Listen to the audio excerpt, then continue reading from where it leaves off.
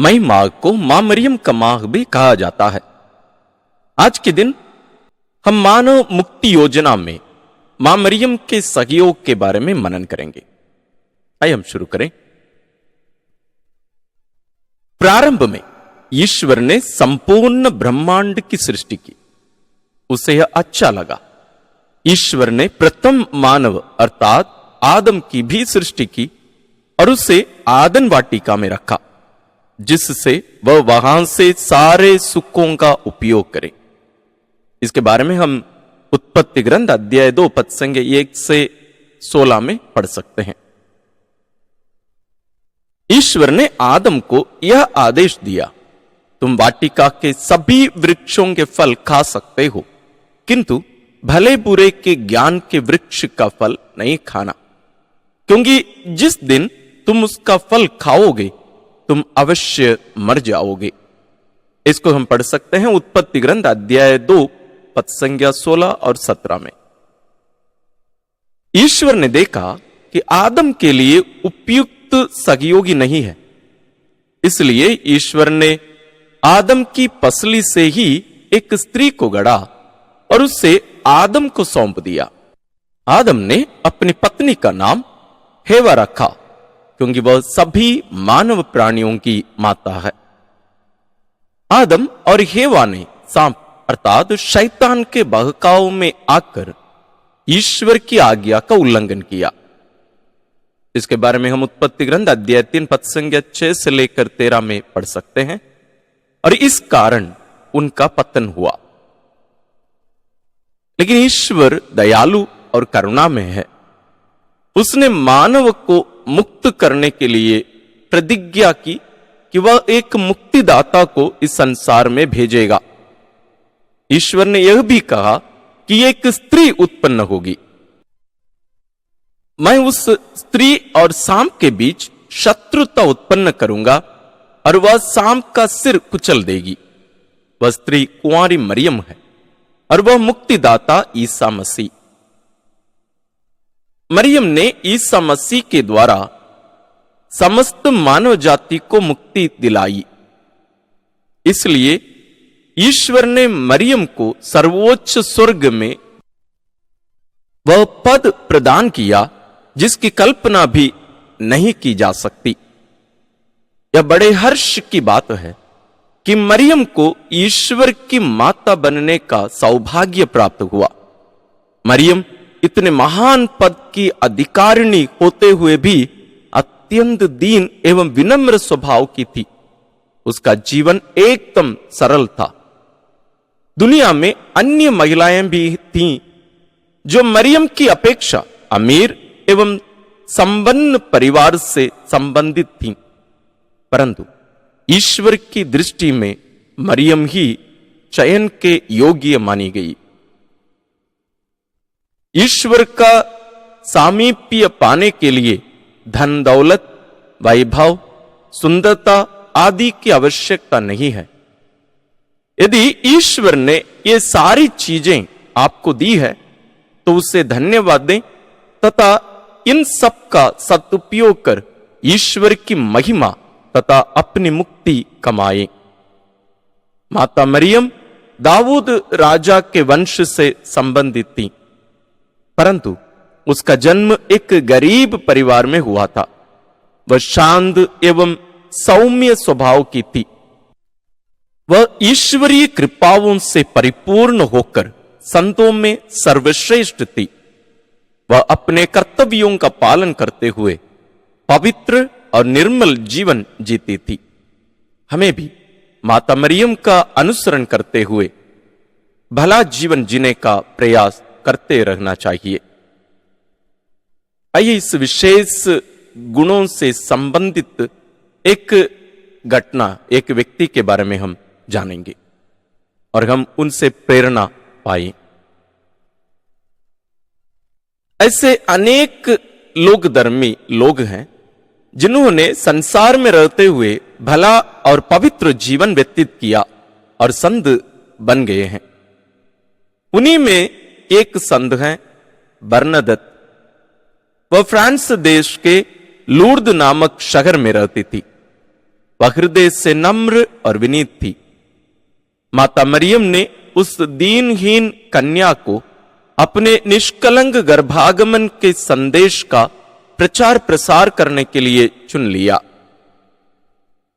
बरनदत का जन्म 7 जनवरी 1844 में हुआ था। उसके माता पिता अत्यंत गरीब थे, इतना गरीब थे कि बरनदत अपने धर्म माता पिता के साथ रहती थी। उसका स्वास्थ्य ठीक नहीं रहता था, वह अधिकतर बीमार रहती थी। वह अपनी प्रार्थनाओं द्वारा ईश्वर के ध्यान में लगी रहती थी। उसकी मुख्य प्रार्थना थी, हे निष्कलंक मरियम, हम तेरी सहायता के अभिलाषी हैं, तू हमारे लिए प्रार्थना कर। उसकी निर्मलता, दीनता और शुद्धता के गुण देख ईश्वर एवं माता मरियम अत्यंत प्रसन्न हुए और मरियम के निष्कलंक गर्भागमन के महान रहस्य की सच्चाई का प्रचार करने हेतु उस दीनहीन कन्या का चयन किया गया। इससे यह शिक्षा मिलती है कि स्वर्ग में प्रवेश पाने हेतु धन और सम्मान की आवश्यकता बिल्कुल नहीं है। आवश्यकता है हृदय की दीनता की, नम्रता की। ईसा मसीह ने कहा है, धन्य हैं वे जो मन के विनीत हैं, क्योंकि स्वर्ग का राज्य उन्हीं का है। संत मत्ती रचित सुसमाचार अध्याय 5 पद संज्ञा 3। हमें इससे क्या सीख लेने की जरूरत है और अभ्यास करना चाहिए? आइए हम प्रतिदिन माता मरिया से प्रार्थना करें तथा उनकी सहायता पाकर उनके आदर्शों को अपनाएं और उनका अनुसरण करें। आइए हम प्रार्थना करें। हे हमारी मां मरियम, स्वर्ग की महारानी, हमारा मार्ग प्रदर्शन कर कि हम तेरे पद चिन्हों पर चल दीनहीन तथा विनम्र स्वभाव धारण करें। देख, हम तेरे असहाय बालक बालिकाएं हैं। अपनी छवि हमारे हृदय पटल पर अंकित कर, जिससे हम भी संत बरनदत के समान तेरे विनम्र सेवक बनकर तेरी सेवा कर सके तथा स्वर्ग पाने का सौभाग्य प्राप्त कर सके।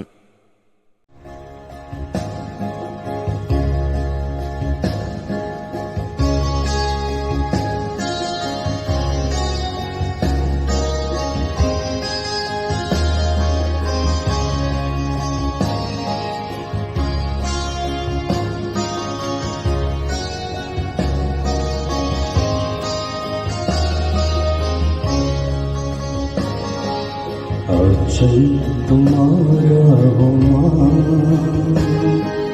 आशीष देता सदा से, आंचल में हमको रखना, आशीष देना सदा ही। आंचल तुम्हारा हो मां,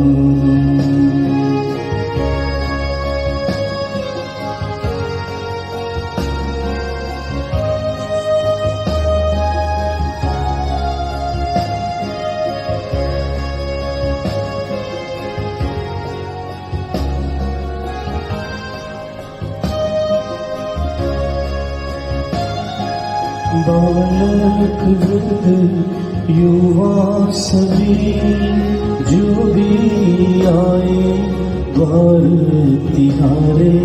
बालक वृद्ध युवा सभी जो भी आए द्वार तिहारे।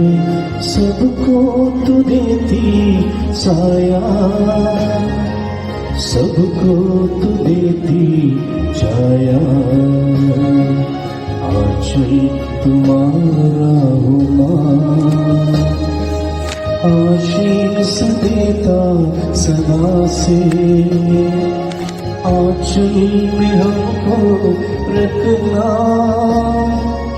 आशीष देना सदा ही। आंचल तुम्हारा हमारा।